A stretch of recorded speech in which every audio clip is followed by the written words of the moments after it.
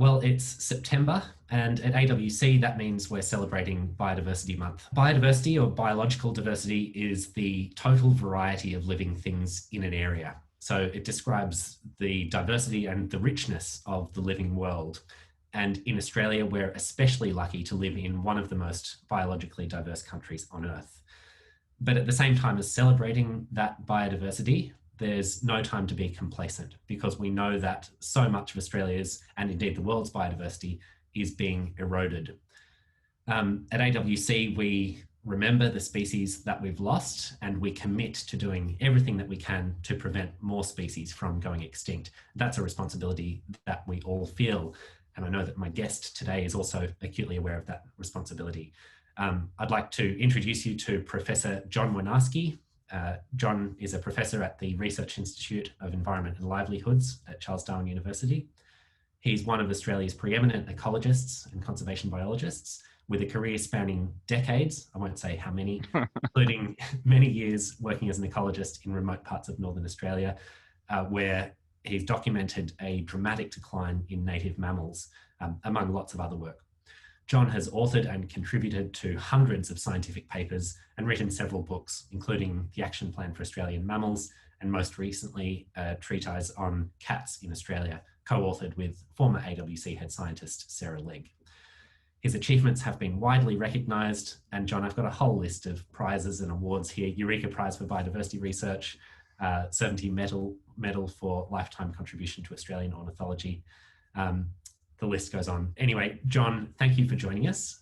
Oh, hi, Joey. Lovely to talk to you. And I believe you're joining us from your home on the outskirts of Melbourne. What wildlife do you have in your backyard there?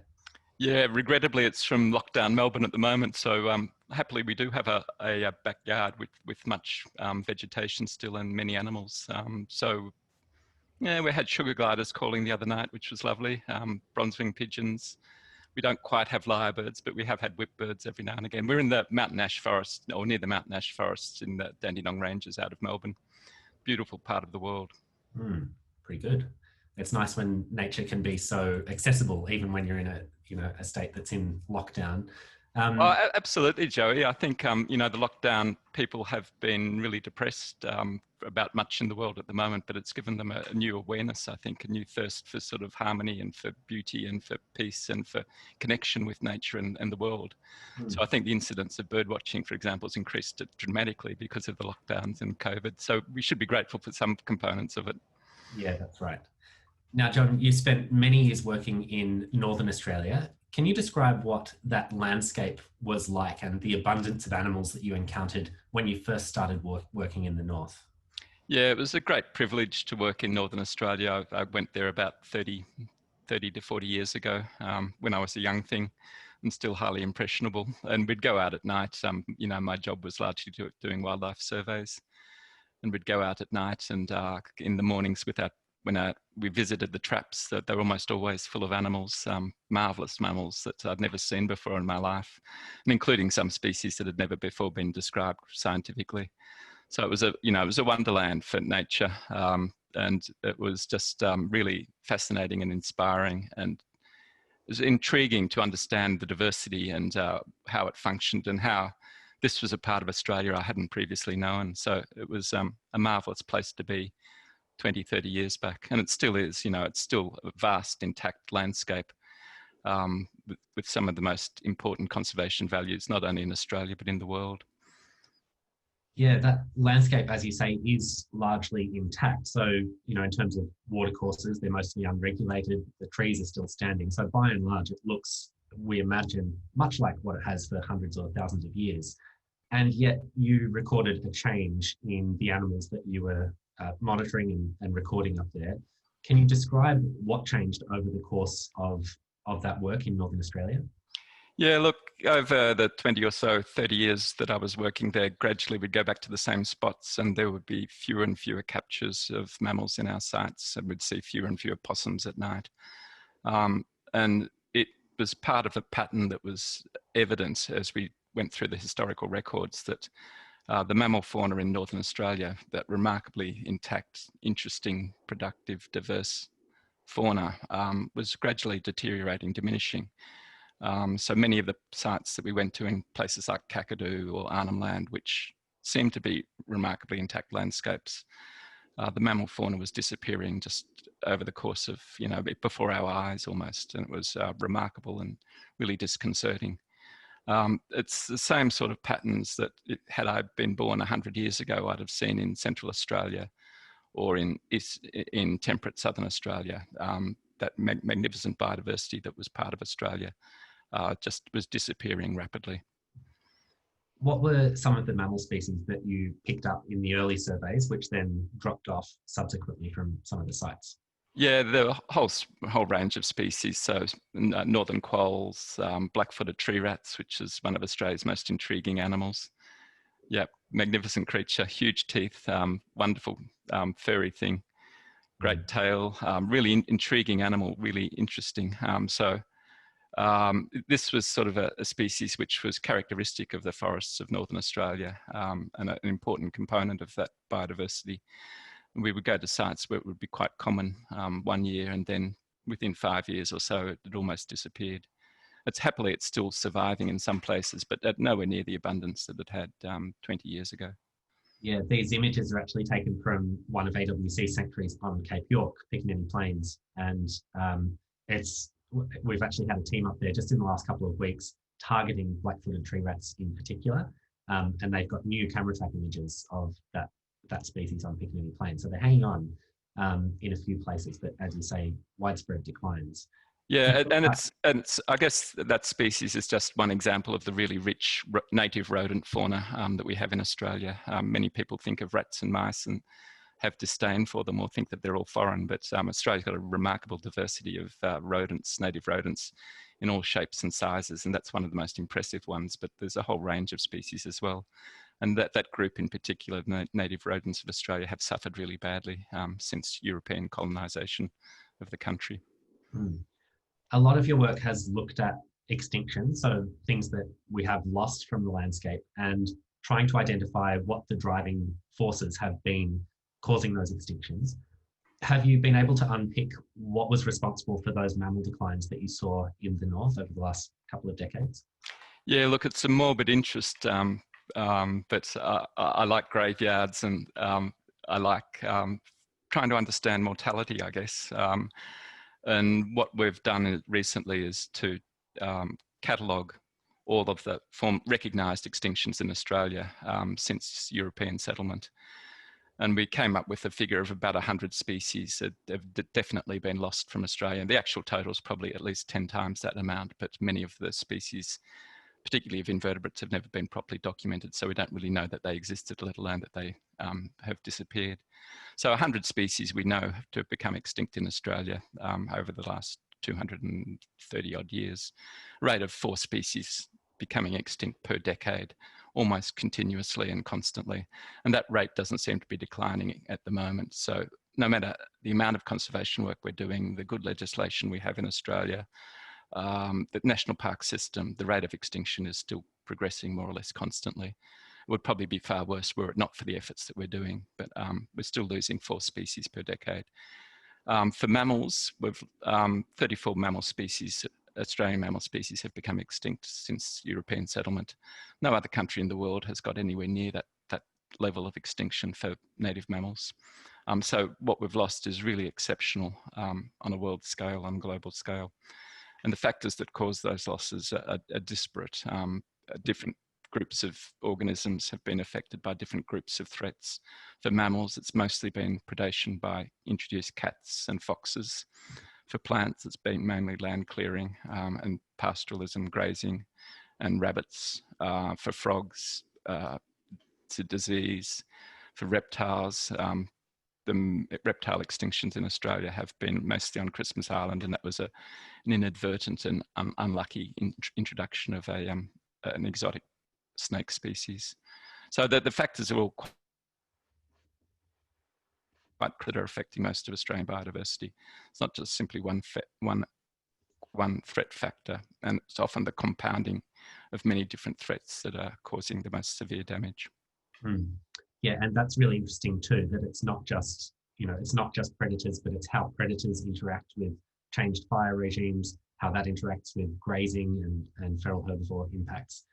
Yeah, because some native species may be able to withstand, for example, cats or foxes, but they can't withstand the combined pressure of cats and foxes plus fire or plus grazing or whatever. We know, for example, that cats are far more effective hunters where grazing's been really concentrated or unsustainably high levels of great pastoralism. Or we know where the fire regimes are bad, that cats also will compound their impacts on native species. A lot of that work that you showed in the top end was then applied at Mornington. So do you want to talk about what the response was there in terms of management to show some of those interactions and how we might alleviate some of those pressures?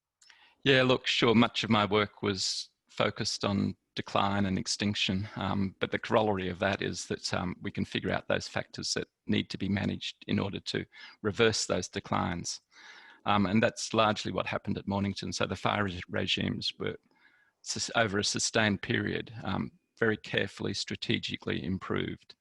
The grazing pressure from livestock was reduced. And there was a degree of cat management as well. And in response to that, we're happily, the Mornington situation shows that we can have successes in conservation in Australia if we do pull the right levers, if we do manage our lands intensively and with knowledge and evidence, and do it sustainably. And there are rewards for that management, which is great. You know, it's really reassuring and gives you some cause for hope. Another big part of the work that we're now doing in Kimberley is partnering with Indigenous groups. I'm wondering if your work involved engaging with local Indigenous groups and what you learned from that different perspective on conservation. Yeah, look, you can't understand Australian ecology without getting some understanding of Indigenous perspectives of the land and how it works. I spent about 10 years at university doing my studies of the environment. I was a slow student, or I had too many other distractions, so it took me a long time. So by the time I sort of graduated, I thought I knew ecology really well. But I went to Northern Australia then, and working with Indigenous communities and people on the ground, you know, my knowledge was minimal compared to their understanding, appreciation of the environment and how all the pieces fitted together. So I was a babe in the woods compared to that depth of that knowledge, that understanding of country and how all the bits fitted. It's not only the understanding of the country, but it's also, I guess, our place in the world and our responsibilities for nature. Western society is not so good on that moral question about why we're here and what we're responsible for, and our fit into the world. Whereas Indigenous communities and knowledge is very much about ensuring that there's been an unbroken chain of responsibility for country. And it's very much part of one's existence is to give back to country, give back to the land, and ensure that it remains healthy, productive, diverse, and beautiful. And, you know, I think all Australians need to get that message. It's really critical. We can't live in this country without a better appreciation, understanding, and respect for Indigenous culture. That brings us nicely to what we lose when a species goes extinct, because there are various explanations for this, some more utilitarian than others. But, you know, one of the species that you've written about is the bat on Christmas Island, the pipistrelle, which disappeared there within the last 10 years, I think, or certainly very recently. What does it matter? Like, what are we losing when a species like that, that's, you know, it's restricted to a small island, it's not part of the broader Australian ecosystems? Why does that loss matter, do you think? Yeah, it's a frequent question one's asked. You know, can we afford to lose bits of nature? What's expendable and what's not? And it's a complex question, and it involves a whole range of sort of ecological and moral questions, I think. Certainly, you're right, there's a utilitarian component of the question and the answer, and that is that we depend upon nature for the air we breathe, for the quality of the air we breathe, for the quality of the water we drink, and for our food resources. It's really important that nature is diverse and bountiful and productive. So there's that component, and it's a valid component. So the bat itself, the pipistrelle, didn't contribute necessarily to any of those things, but there's a general argument that we depend upon nature. We can't live in landscapes that have unhealthy environments. It just sooner or later, the land will cease supporting us. But Australian biodiversity is what gives our country its specialness.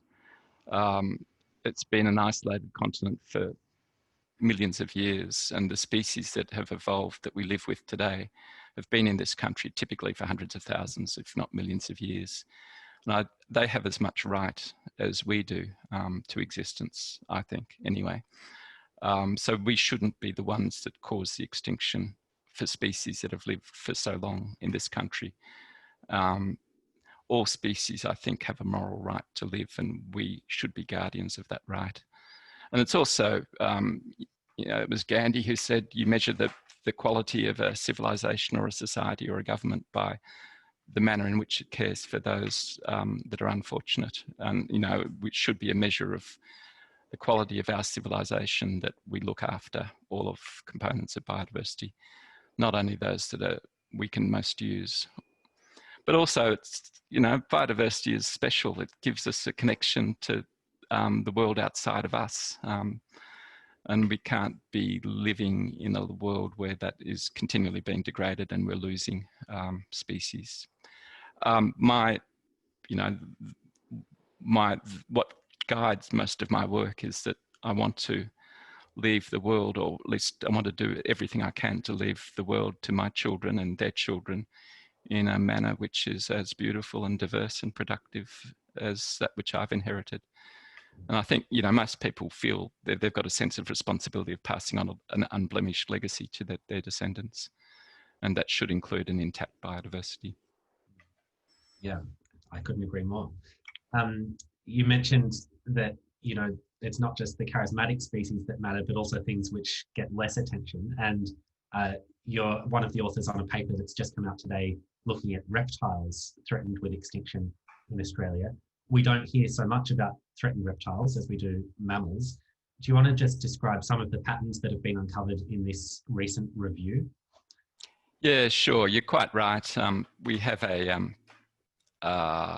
biases in the way we do conservation in Australia, and it's related to, I guess, people's natural affinity with wildlife.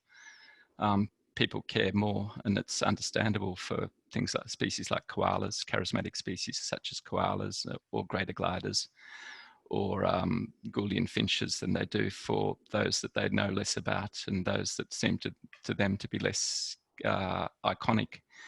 But we're losing biodiversity in Australia, not only of mammals, but also reptiles, frogs, fish, plants, invertebrates. There's a whole gamut of species that are in trouble. And we can't afford to be so biased in our treating of nature that we're looking only over those that people care the most about. We can care. There's some fantastic reptile species in Australia, frilled lizards, some incredible snakes, some bizarre geckos.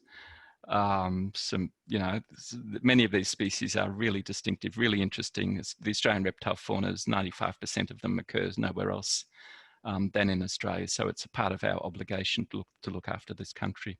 So we did a review in the last couple of years that looked at the 1,000-odd species of Australian snakes and lizards, and figured out what their conservation status was, and far more than we'd thought previously were in trouble and meriting listing as threatened.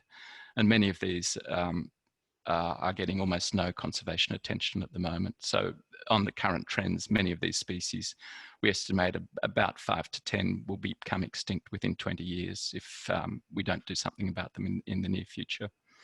So yeah, we must care about all parts of nature, and reptiles are one of those parts that are particularly needing more attention at the moment.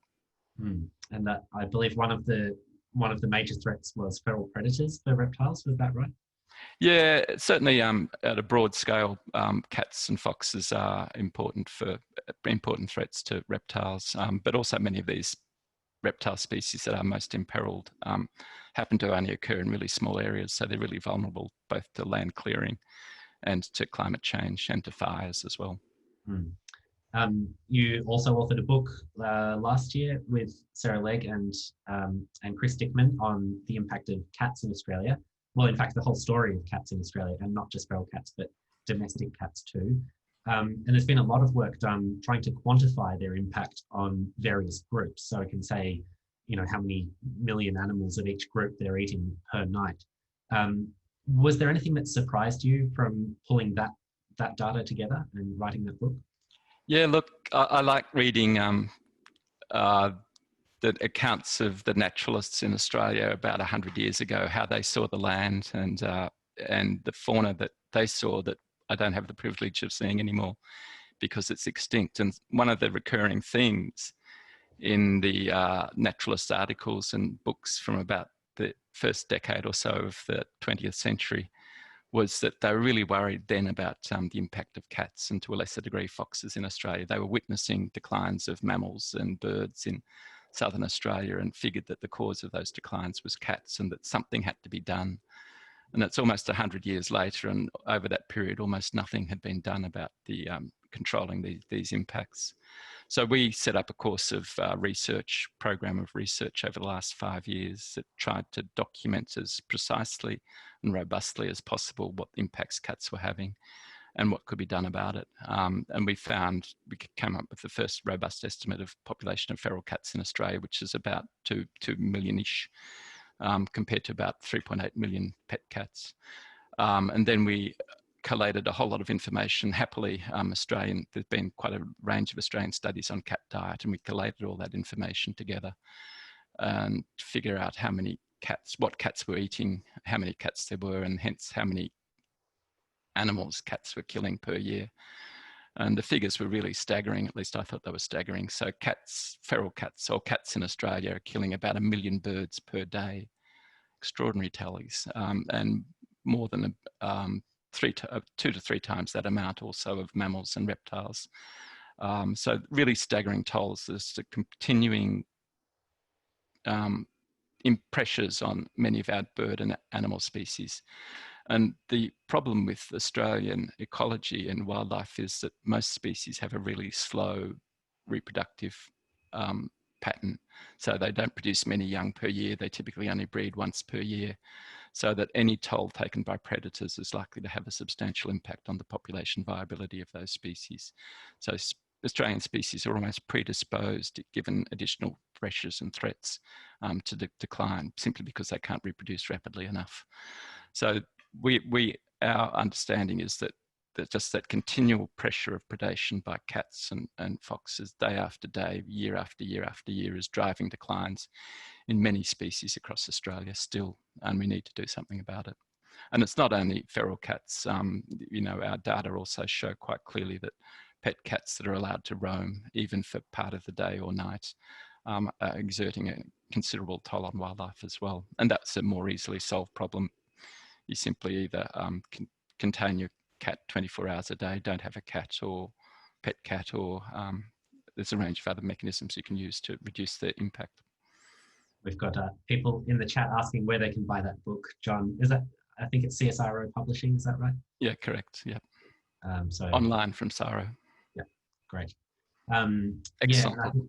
Yeah, it is. It really compiles a whole lot of information, which is, stuff that we didn't know 10 years ago. So it's a really interesting reference. I guess for AWC, feral predators are a big focus. And as you know, we manage more feral predator-free area on the mainland than any other organisation. Can you describe why those fenced havens are important, especially for some of our rare and threatened mammals? Yeah, absolutely, Joey. So many of our mammals, happily the ones that have survived, the ones that aren't extinct, would be extinct by now were it not for interventions by AWC and others. So we would have lost more species of mammal were it not for these places where cats and foxes have been kept out. Across 99% of Australia or more, cats are operating freely in the landscape and exerting that toll on wildlife. It's only in places such as some islands and in those exclosures, those fenced areas such as AWC sanctuaries, that many Australian mammal species can actually get refuge. And those sanctuaries are critical for not only the conservation of those species, but also for an appreciation of what Australia nature looks like or could look like. You go into a sanctuary with AWC where there are no cats, and it's just bounteous wildlife in many places. So you see Australia as it was 100 years ago and as it could be in the future with intact animal populations. You go outside the fence and you know that there might be some kangaroos and not much else in terms of native mammals. So they're remarkable places where you can open your eyes to what Australia conservation and nature should look like. So they're really important places, I think. And many species would not persist were it not for those sanctuaries. I guess the vision is that beyond fenced areas, we can also establish, free-ranging populations in good numbers in an open landscape. But at this point, we still rely on that network of secure havens for a handful of species to survive. Yeah, you need that guarantee. There is hope that in the future there will be better control mechanisms that allow species to actually persist outside of fenced areas, and for cat populations to be reduced outside of fenced havens as well. But that may still be decades away for many of these species. Yeah. I'll just remind everyone that you can ask questions by using the Q&A button at the bottom of your screen. So that's the Q&A, and we'll try and address some of those questions before the end of this session. Now, you were talking about feral predators, and we also mentioned earlier the interaction between different threats. And I know you've done a lot of work in response to last season's devastating bushfires in southern and eastern Australia. Can you just give us a sense of the scale of the impact of that fire season on biodiversity? Yeah, sure, Joey. So I've got a bit of skin in the game. My house was burnt in wildfires and the Ash Wednesday fires, and I lost everything I owned at the time. So my sympathies to anyone who is online at the who has lost possessions or family or friends in these fires, and my regards to those who helped fight those fires and have helped recover nature in many of those burnt landscapes. My understanding of these fires, that they burned about 12 million hectares in southern and eastern Australia across from August last year until about March this year, which is an unprecedented amount of burning in those regions. But the fires were also distinctive, unusual and exceptional in that they burnt with extreme severity and over such a large extent, so that in many cases there were very few unburnt refuge areas, patches left within the fire scar area. Our analysis suggests that about 300 or so threatened species had part or all of their populations and habitat and distribution affected by these fires. And no other single event in my lifetime has had such a drastic and dramatic and severe impact on biodiversity than these 2019, 2020 wildfires. So it's been an extraordinary detriment to conservation in Australia. And in many cases, gains made by recovery teams and people on the ground working to conserve nature over the last 20 years or so were set back really severely by these fires. The fires burnt the entire range and known population of some species that happen to occur in really small areas. So we don't know whether they've caused extinctions yet, but I wouldn't be surprised if they had. But the fires also burnt also really severely affected some species such as yellow-bellied glider, which have got extensive ranges from southeastern Australia all the way up to Queensland.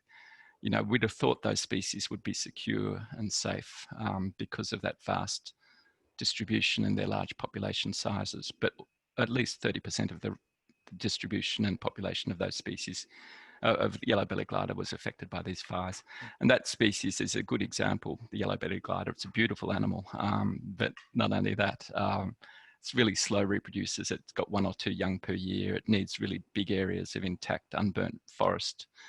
It's dependent upon tree hollows. So my estimate is that it will take many decades, if not hundreds of years, for the population size of that species to recover to the level it was 12 months ago, simply because of the fires. It set back conservation for that species probably hundreds of years, if not more.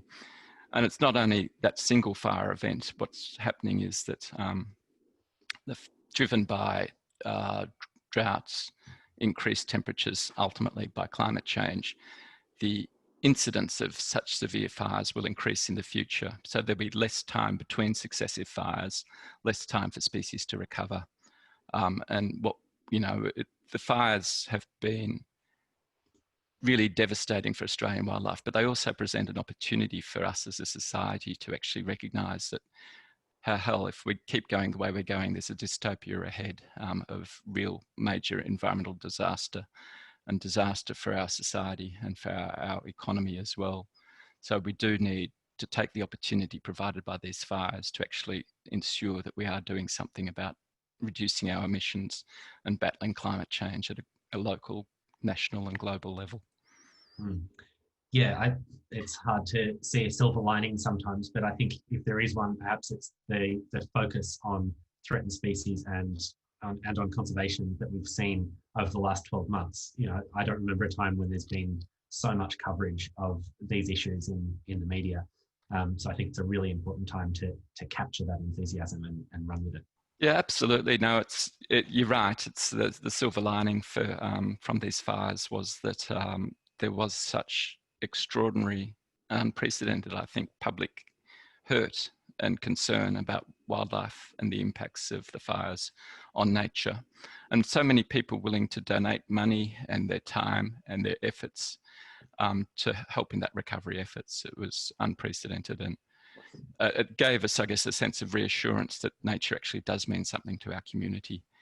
And not only that, but Australian nature is really important for people all over the world.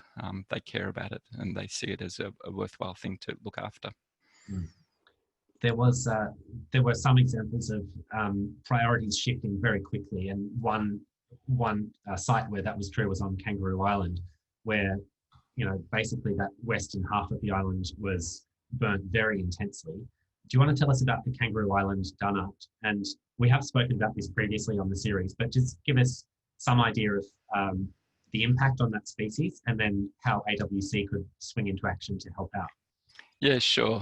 So the Kangaroo Island dunhart's a delightful creature, and we're talking about many, we've talked about various species and their names and their conservation status, but each one of these species has remarkable sort of individual characteristics, and well, personality is probably the wrong word, but they've got some value, some intrinsic interest. Each one has different characteristics. Kangaroo Island dunhart's a beautiful creature that's restricted, as per its name, to Kangaroo Island. The dunharts are a group of Australian marsupials that are mostly eating insects or invertebrates. Many of them aren't faring all that well. The Kangaroo Island dunhart was largely restricted to the intact bushland areas in the western part of the Kangaroo Island, which were those areas that were really severely burnt. It had been declining anyway, so it was recognised as a threatened species. We had a postgraduate student who had been working on this species for a couple of years, and she spent a vast amount of time trying to find Kangaroo Island dunharts, and basically never actually handled one. They were so rare on the ground. The fires swept through Kangaroo Island and destroyed almost all of the known populations and habitat. Happily, some survived, and with the local landholders who were really interested in the Kangaroo Island dunhart and conservation of nature on their properties, AWC helped step in and established a fence, predator-proof fence around one of those known populations, and those populations have subsequently been monitored. So there's some hope for Kangaroo Island dunhart in that there was really rapid attempt to rescue the species and to provide it some support after the fires, because the problem with that species in particular was that cats are really widespread and abundant in Kangaroo Island, and they hunt much more effectively in burnt areas, or in and around burnt areas, so that the surviving Kangaroo Island dunhart individuals who survived the fire would have been really vulnerable to cat predation were it not for rapid response by the landholders and AWC in particular. So the future of that species now is much more secure than would have been predicted immediately after the fire, which is great. You've also been lead author on a really important publication, the Action Plan for Australian Mammals, which came out a few years ago. And that was really the first attempt to assess the conservation status of all of Australia's mammals, but really drill down into what the threats were and what was required to remove the threat from those threatened species. It's become like a Bible to AWC, and we refer to it regularly with, a lot of our work around the country. What is required? From pulling together a book like this, what do you learn about what makes a conservation intervention successful? What are the characteristics that make it work? Yeah, it's going through this review of every Australian mammal, and there's 320 odd terrestrial mammal species in Australia, so it's quite encyclopedic. It was a real eye-opener. So many different species are faring poorly, and so many different species are affected by very different threats. In many cases, there's very little knowledge about the status of the species, how it's faring, and what factors are affecting it. But in other cases, there's sufficient information to be clear about what the threats are and how they should be managed. And for most Australian mammal species, the major factors causing decline across almost all parts of Australia is predation by feral cats and foxes to a lesser degree. So that's, once you know what the cause of a species conservation problem is, then it's relatively straightforward to provide direction for how that species can be recovered, how we can build up, how we can ensure that its threatened status can be recovered in time such that it becomes abundant and part of the landscape again.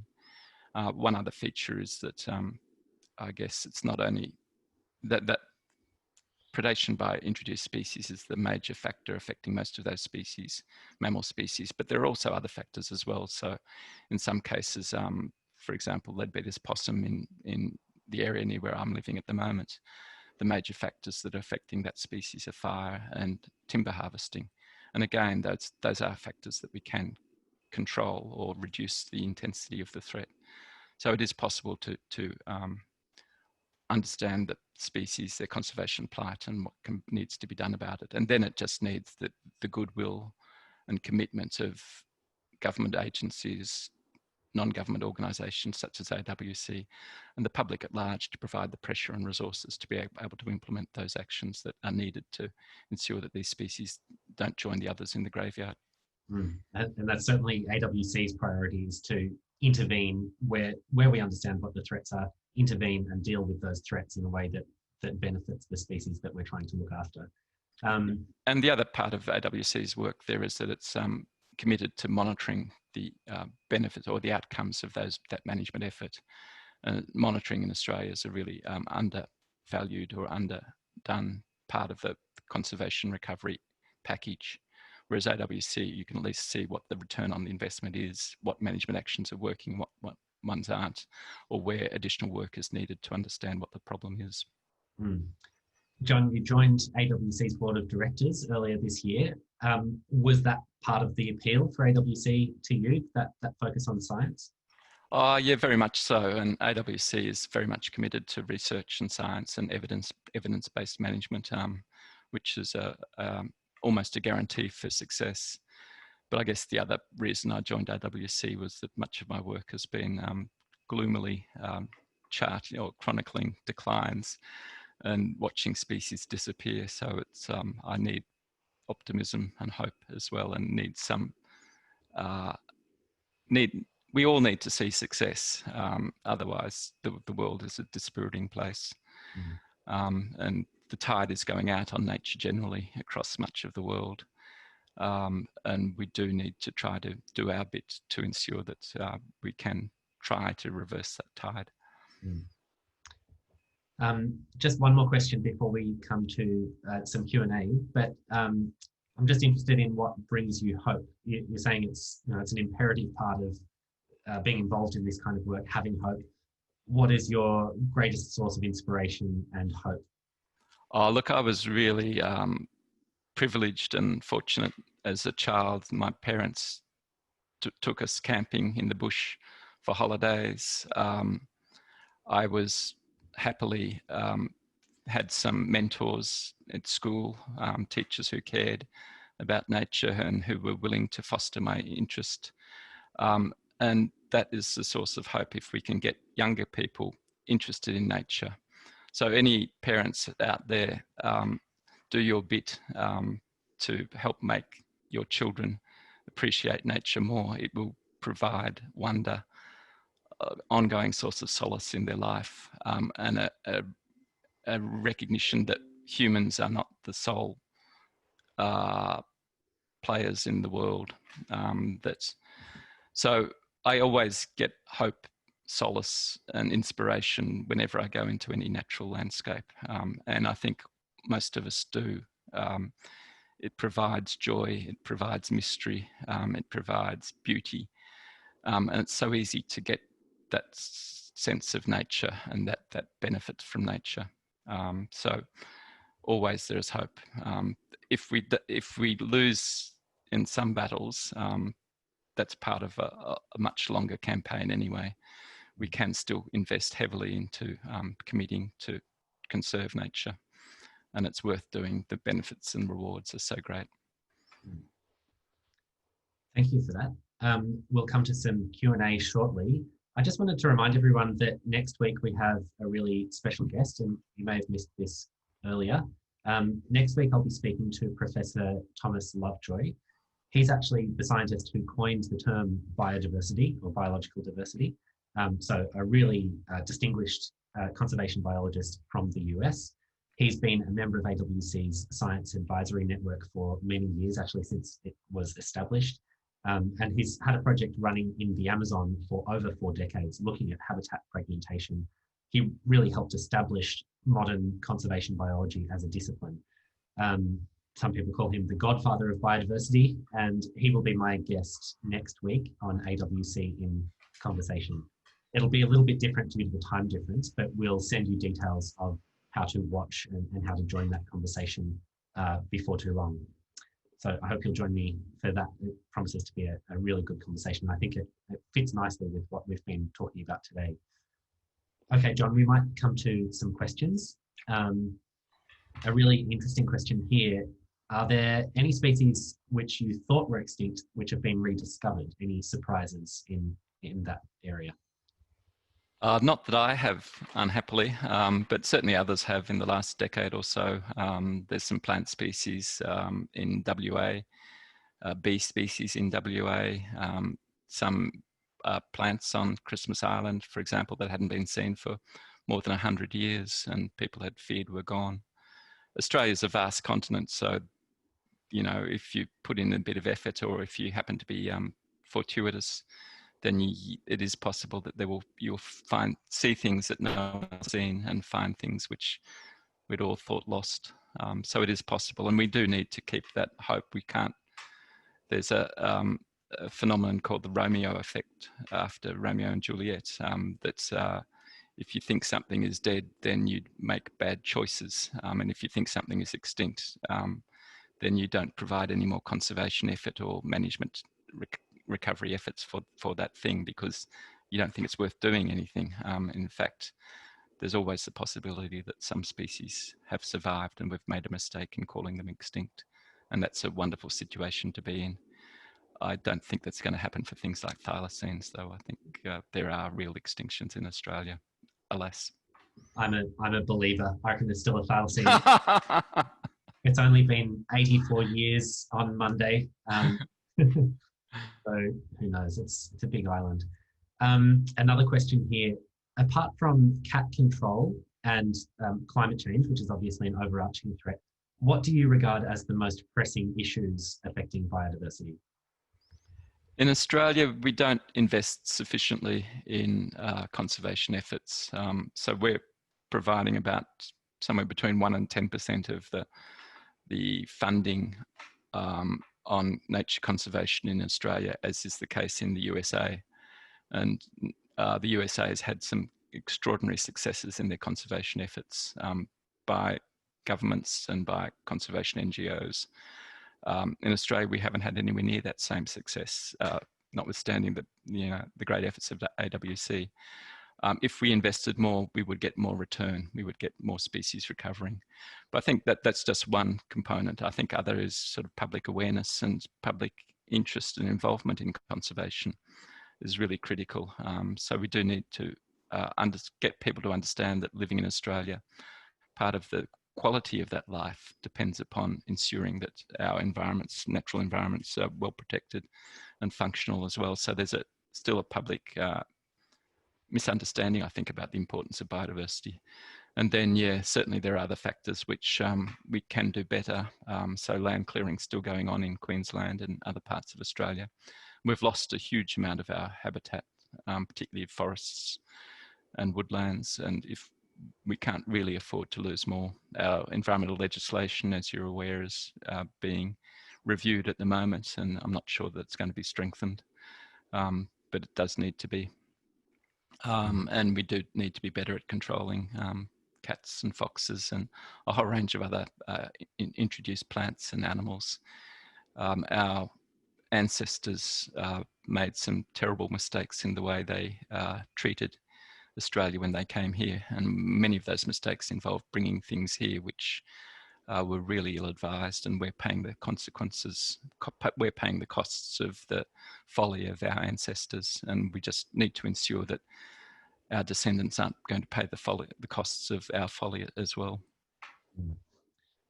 Another interesting question here is about the importance of corridors of habitat. So do you want to comment on how important it is to have large areas of contiguous habitat under protection? Yeah, for a strange variety of reasons, many Australian birds in particular are highly mobile and nomadic in the way they move around. So most Australian birds which move around aren't as migratory as is the case in sort of most other continents in the world. They instead sort of disperse relatively nomadically, often chasing where eucalypt flowers happen to be regionally abundant at any time. And species such as swift parrot, regent honeyeater and the like are classic examples of that. So they need to move around over big landscapes, and really the only way they can move around over those landscapes successfully is by retaining intact vegetation and allowing them to move through corridors of land to live out that lifestyle. And they simply don't have an option B in terms of becoming sedentary. Those species need to take advantage of the ebb and flow of resources across the landscape. So corridors are really critical for species that move around a lot. They're also really critical for maintaining genetic diversity in populations.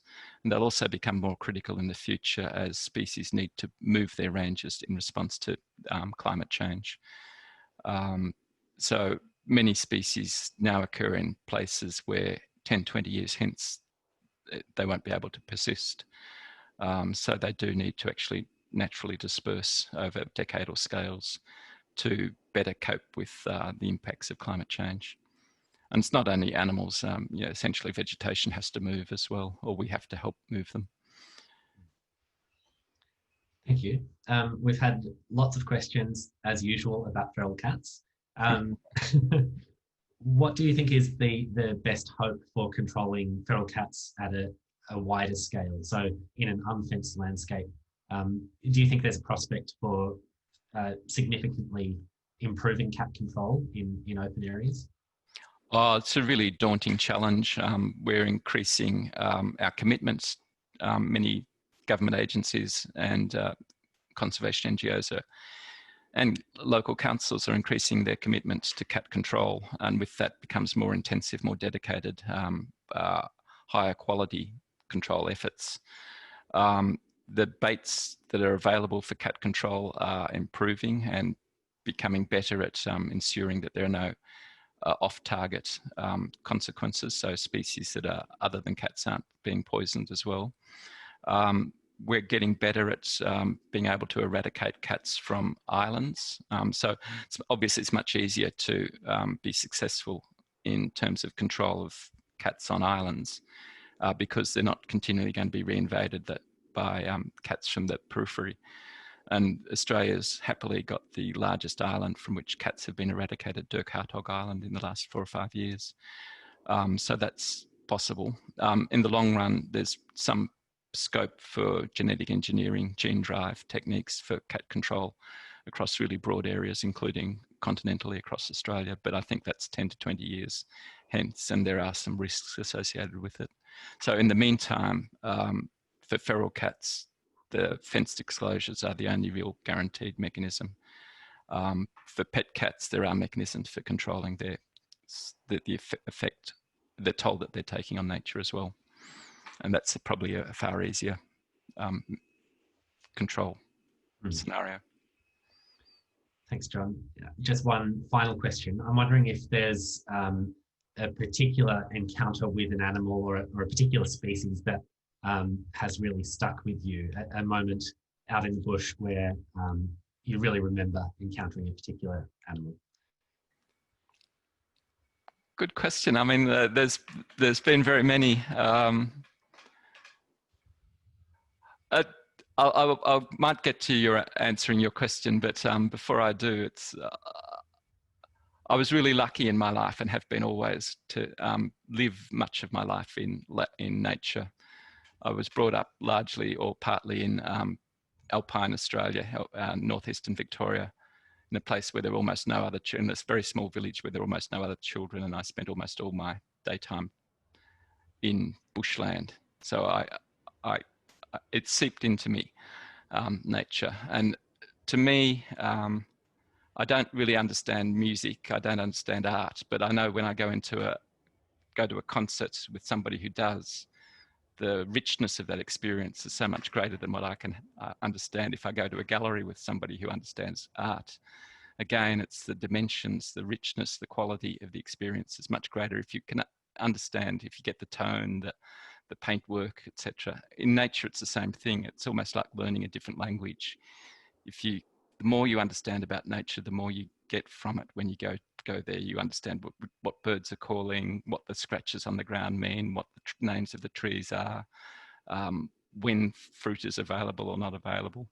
So it's an added dimension or quality of nature that you get from understanding it. And it's really important to that quality of living in the bush or of understanding it gives you much appreciation, I think, and much joy.